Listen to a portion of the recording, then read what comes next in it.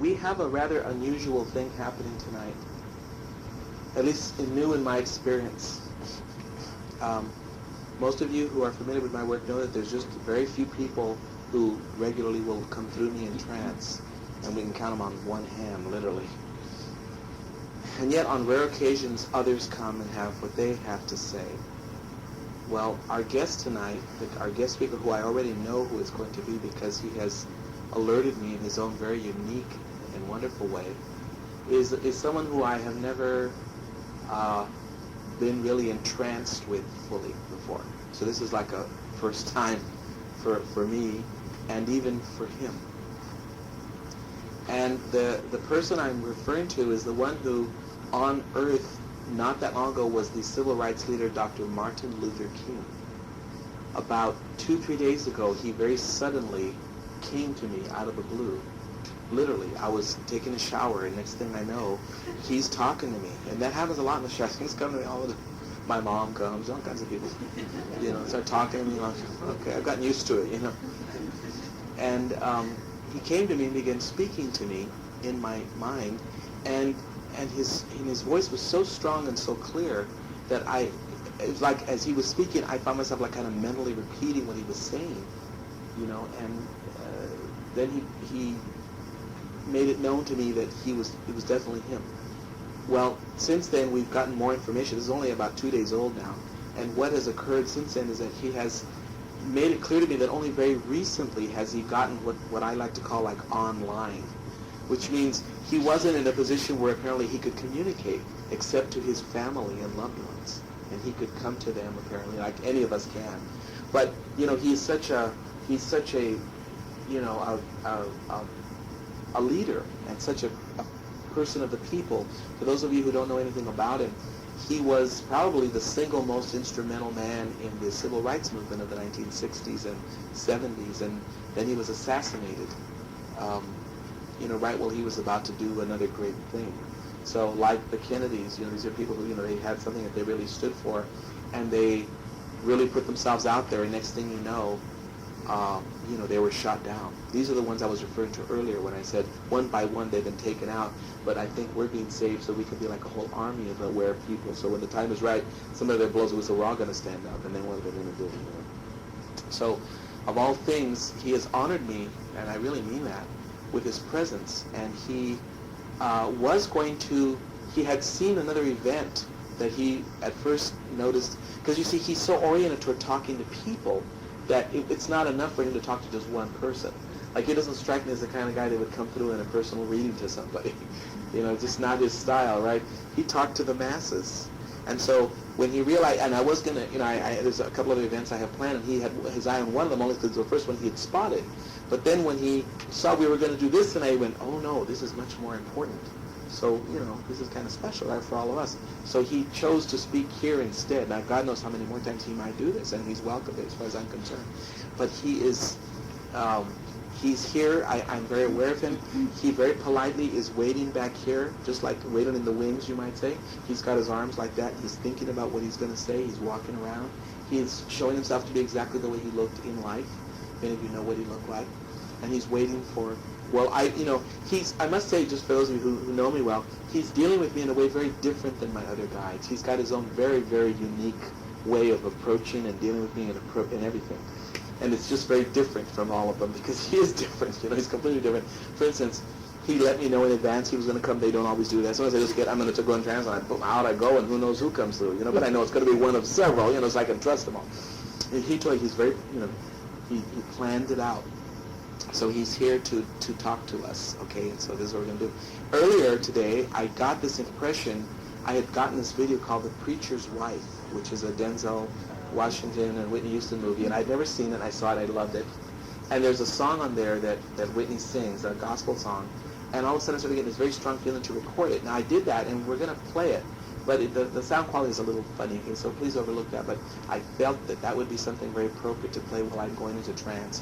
So, Joe, if you could put that on, and then when it's over, I'll hopefully be out of the way enough where he can do what he's going to do.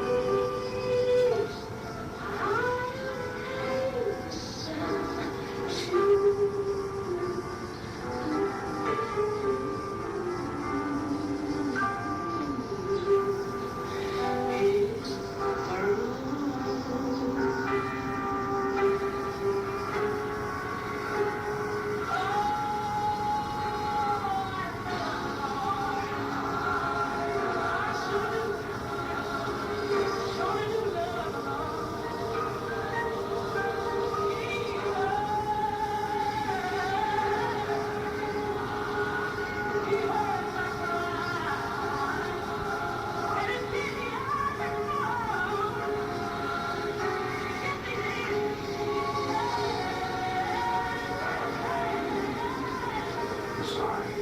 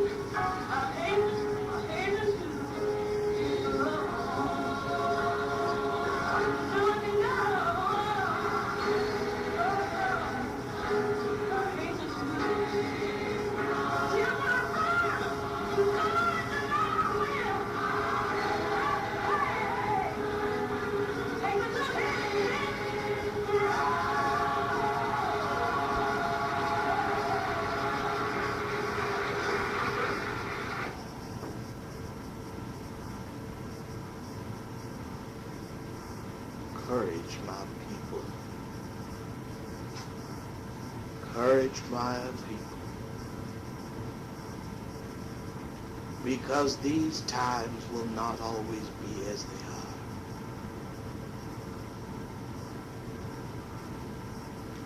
And when you must cry, then cry.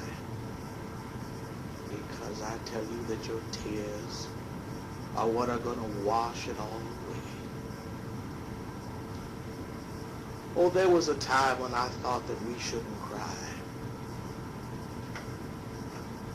But I might as well have tried to hold back the ocean. An ocean of tears. It came to where I could barely explain why the tears were there, or why they had to be there. But they were there, standing in the eyes of everybody I knew.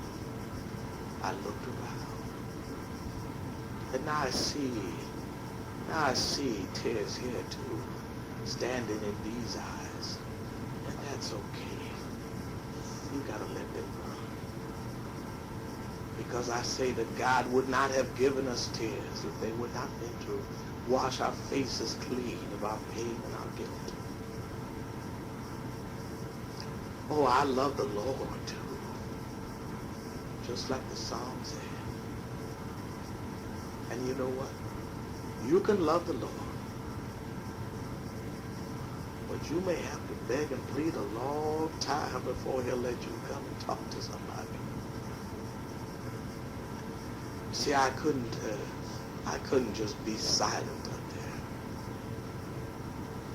And when I say up there, people, I am referring to a real place. More real than anything I had ever preached about, anything I had ever thought about. Oh, a throne room? I suppose you could say that. But that could be anywhere.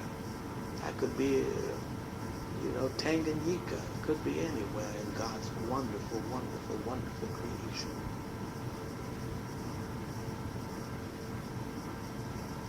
I have not seen God face to face. Not in the way that everybody thinks he is. I have not seen some old man with a long beard judging the quick and the dead. But I have seen his light. And I have seen it pouring down on those that need it the most. And I say I have seen God face to face then. I've seen it tonight, right here. Right here. I see it now, right here. And I am humbled beyond belief to tell you that I myself am a product of this thing, am a reason for this thing. That because I am here, God is shining that great, great light down upon this whole congregation. Who, me?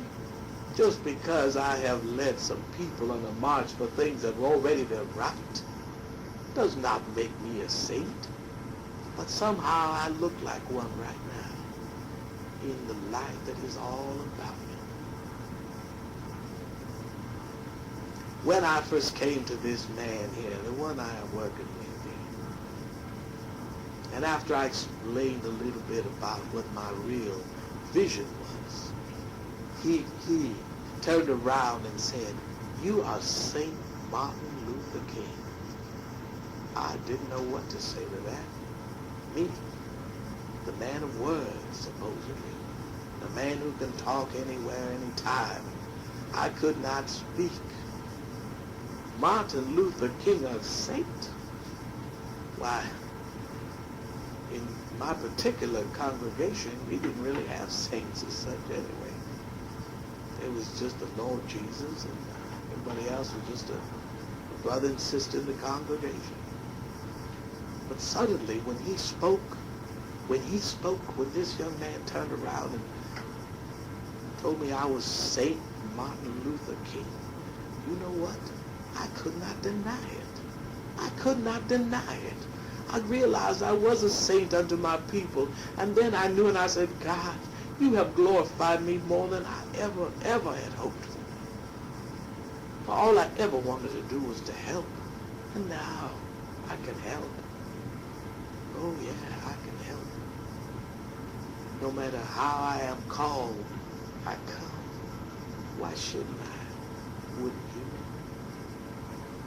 But I am not here to speak about myself alone, save in the particular that it applies to each one of you.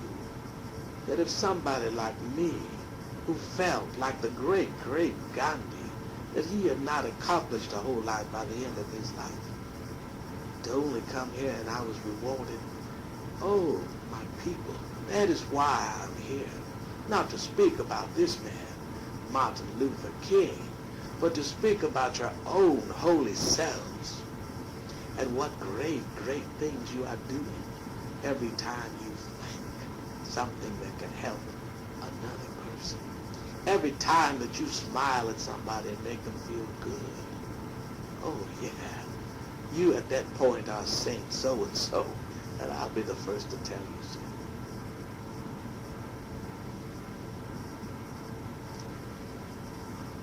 When I first attained to the glory of God's heaven, there was nobody more surprised than me when I saw this incredible line of people. Some of them actually, I'm embarrassed to tell you this, they were actually waving palm leaves. The way they did for the Lord. They was waving palm leaves for me. Cheering me on. What did I do? At first I thought I was just part of another big parade. I had led so many. But no. Suddenly it was all about they were there to congratulate me. Many of them. And many of them were people I had never known in this life, who I had admired deeply, but I had not had the time to read their works, find out what they had been able to accomplish. And you know what? One of them was a man I had a great respect for, but I had not since my boyhood learned anything about him. And I've come to find out this was a man that you all know as your very close friend, and that was Sir Arthur Hakalani Pacheco. He was right there in the line, and he shook my hand, and he held my hand, wouldn't let it go. I actually almost went down on a knee. I said, I know who you are. You wrote, and he stopped me. He said, it's not anything I wrote that's got me here. He said, it's what I believed in, that there is no death, and look, here we are, the living proof of it from him. And I said, yes, sir. And he said to me, when you are ready, call on me. I have something to show you. And you know what? I didn't get around to calling on the man for a long time, as you would count time. And then one day, it happened. And it happened because I was looking around for somewhere I could be the man I had been on earth, that I could talk to somebody and tell them my thoughts on these things. You see, I can't keep it silent. I can't do that. And suddenly he came out of the blue. He was there. And he said, "You're looking for a way to talk to those on earth, aren't you?" I said, "Yes, sir. That's all I want to do now that I could really see things that I couldn't see on earth." He said, "There are ways." I said, "Well, you can tell me one. You will make me the happiest man in creation." Next thing I knew, he had me in a room. It was a room not far away from this room where we're sitting right in here. I was in a room not far away from here watching a man who I had never known but who was like a so-called dead, talking to his dead friend next to him, and the two of them having a conversation with the lady that happened to be the wife of one of them. And this man here that I'm talking through was listening to him as easy as the summer breeze, telling the lady she was a little hanky. And I said, "Oh, Lord." He said, "Oh, yes." So Arthur said, "They exist, these people. They're called mediums." And I jumped back, "Mediums?" And he smiled and said, "Yes." And suddenly, my old strange thoughts about all that just went right away. And I said, "Well, glory to God for mediums. I need me one." Oh, do I need me one? And he said, "Well, one has to go through certain channels to show me what to do." And I am ecstatic that I can come and tell you all about this. Not just my discovery, but what it means to you. What it means to you. That there are so many of us over here that are just, aching. There's no other word I can think of. Aching. And there's no other thing in the spirit I think that can make a spirit ache except wanting to do good and can't do that good. And we are looking for people like you to express that right on you. So my dear friends, I know every one of you can make yourself open. Now, there's a way to do it though. You don't just sit down and open yourself up, open your mind and say, "I want to be a medium for somebody to come in here and talk to somebody." You cannot do it that way. For to do so invites trouble. No. What you do, if you feel that this is your calling, you pray to God on it. You pray. You pray sincerely and you say, "Heavenly Father, if there is an angel up there that's got something worthwhile to say to my brothers and my sisters, and that angel would not mind using this tongue, here it is, I lay it on the altar. Use me as thy holy tongue and mouth, that thy sacred words might be said to everybody down here." And pray that often, and you watch how it's going to work for you, and especially work for us too. I had said this before, and I must say it again, that some of you here are feeling a little bit useless.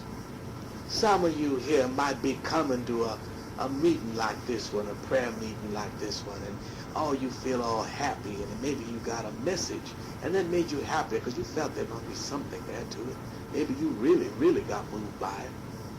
But then you go home and think, well, that's good for them, but what about me? You might be feeling a little bit useless. Never again. Never again. You have got something that you can give people, and it's right in your heart, and it is, of course, the endless, infinite love that you have, that you can say into everybody that you know at any time of the day or the night, people, and make somebody feel good. Now, don't tell me you're useless. I cannot hear that anymore. You are all, if you want to be, the greatest givers in the universe right now. Oh, yeah. I had used a phrase the other day, and I think it amused my young friend here. I said that you are all spigots without limits. How many of you ever here wanted ever to have a spigot without a limit? That's what you are. What is a spigot? It's like a faucet, isn't it? It's something through which liquid comes. You are, all of you, as spigots without limits, in that you have the grace of God flowing through you at any time, and you can send that anywhere you want to go. You can use the laser beam of your willpower and make it change something. You know, I remember very clearly, I remember inviting my own dear aunt to come to one of our magnificent demonstrations of freedom. And she looked at me, Martin, are you sure an old lady like me can make a difference? Auntie, oh yes you can. You got to come down, please, won't you? She came. She came, that blessed woman. But how did I know? How did I know that day that the devil himself was going to take a hold of those men, and they were going to come at us with hoses of water to put out great fires? They had to use this on us. And do you know what I felt when I saw my auntie got knocked down by a hose and rolled over again and again, and there's nothing I can do to stop it? Did I hate in that moment? Oh, Satan was right there. Come on, Martin. What you gonna do now? You gotta hate these people that are doing this to you. You got to hate them. How can you not hate them? How can you not hate yourself for what you did, bringing your auntie down? And I look at her, and in that second I knew that I could not hate. I could not hate. And you know what? I broke down. Not in tears, but in laughter. I'm sure some people thought I was taking leave of my senses. I was laughing hysterically. And I jumped up as quick as I could, for they had knocked me down as well. And I was laughing out loud, and you know what? After a while, everybody started laughing. So much so that I actually saw two of those men turn the nozzles and turn their water down. Obviously, it wasn't working, was it? They could knock our bodies down, but we were laughing. We held hands. We shall overcome, we sang louder than ever. I went and finally found my way to my auntie. You know what? When I got to her, she was laughing too. And in the times to come, my people, you all must come to that place where you refuse to hate, and you only laugh, and you try to send the love you have to those that most need it. And you have that to give at every moment. Don't you be depressed because you don't have money in the bank to give your children or your mama or your family. You have love to give, and that is something that is endless. And when you get into the giving mode, and this just goes on and on and on, you will come to a place where you are in the ecstasy of God. So I don't want even one of you here to ever again feel that you are worthless. For should that terrible little thought creep up, all you got to do is set yourself down and think, oh no, oh no. Martin Luther King told me different. He told me I could just send a little love somewhere, and that make a difference, and that make me not worthless at all, but very, very worthwhile. Can God make something that is worthless? Would God reside in a tabernacle that is worthless, in a temple made with his own hands? Oh, my people, let that word be stricken from your vocabulary. And think instead of what you are, every one of you. That is the only reason I brought up my story of how I was greeted. I did not expect this.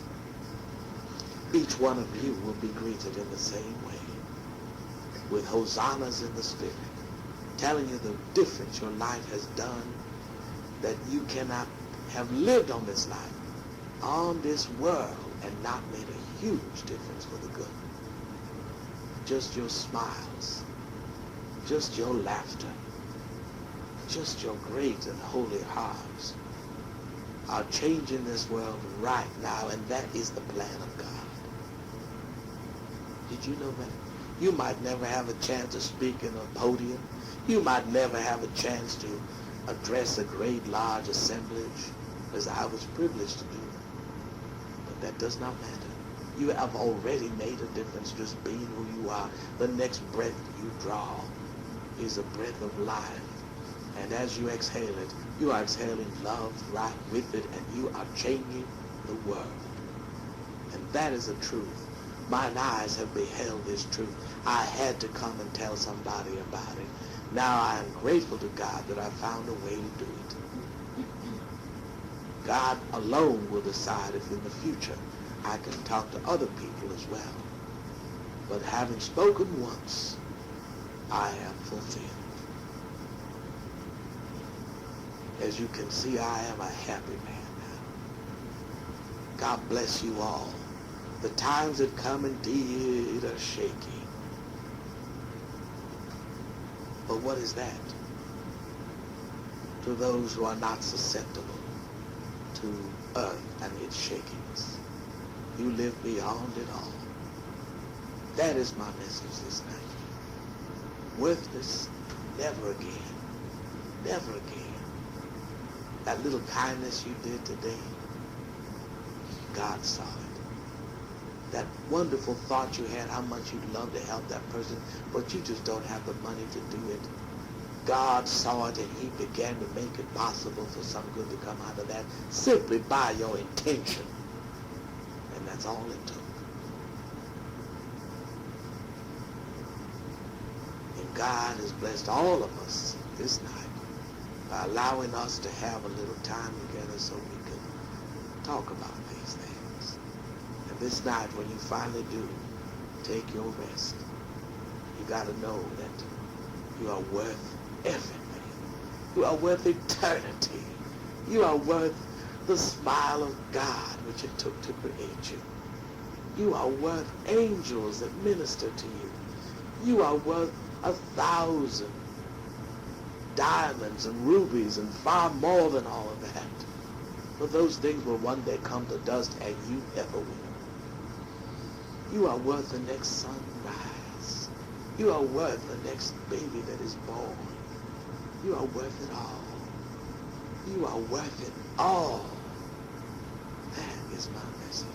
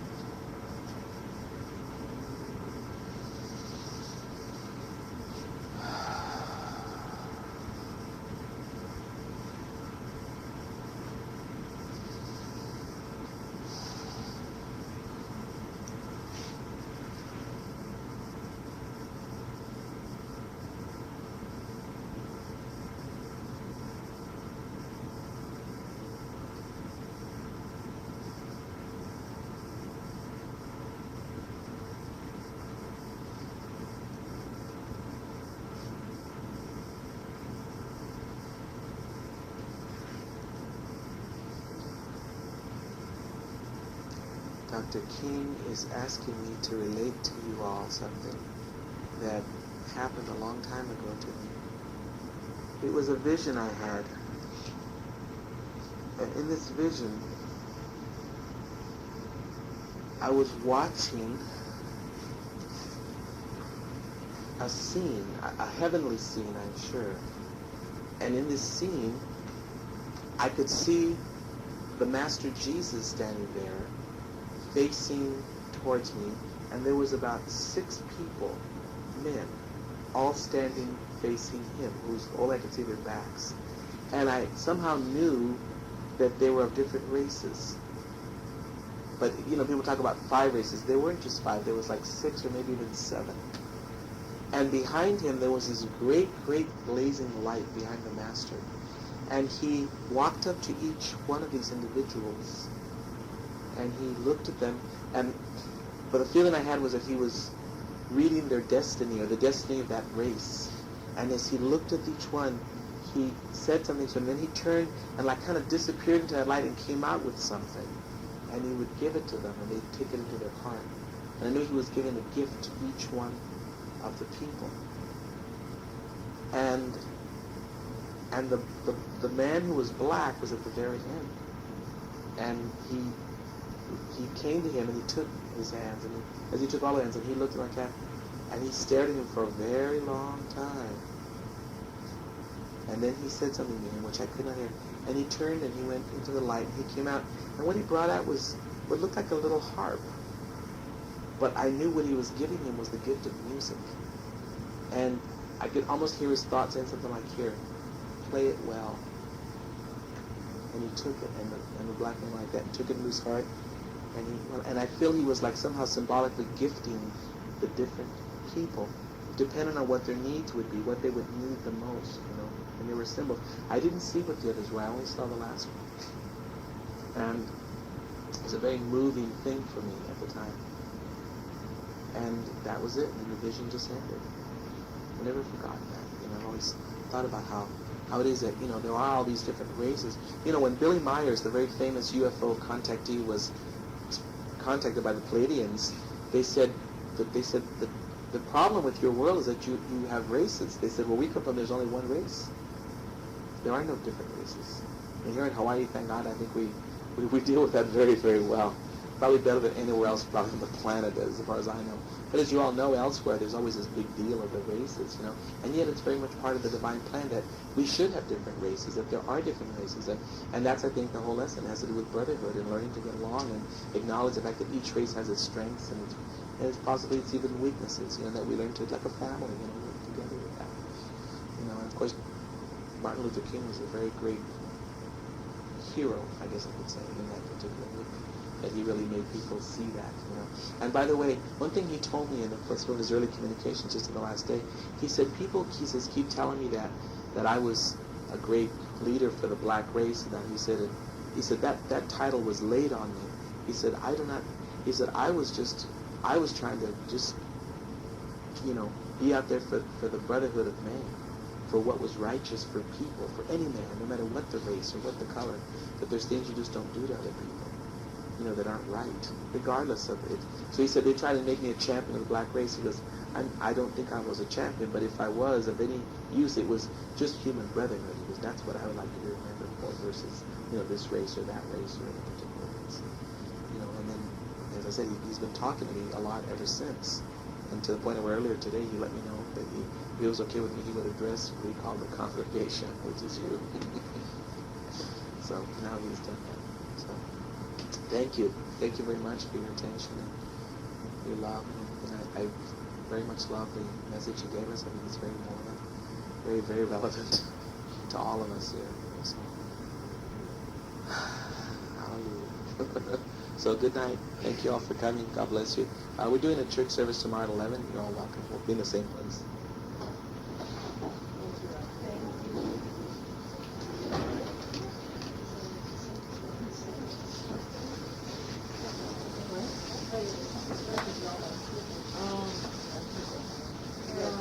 Adam? Thank you, Arthur. You're welcome to stay.